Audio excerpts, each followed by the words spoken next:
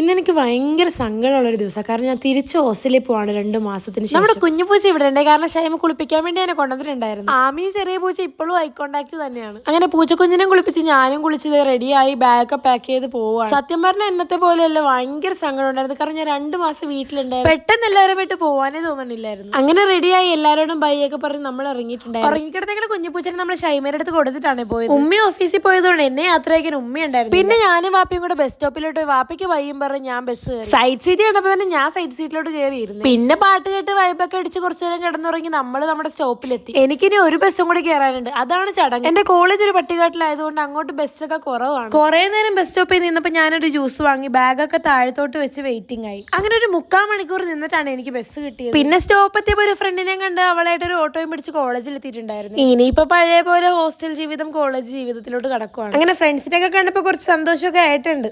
അപ്പൊ ഓക്കെ.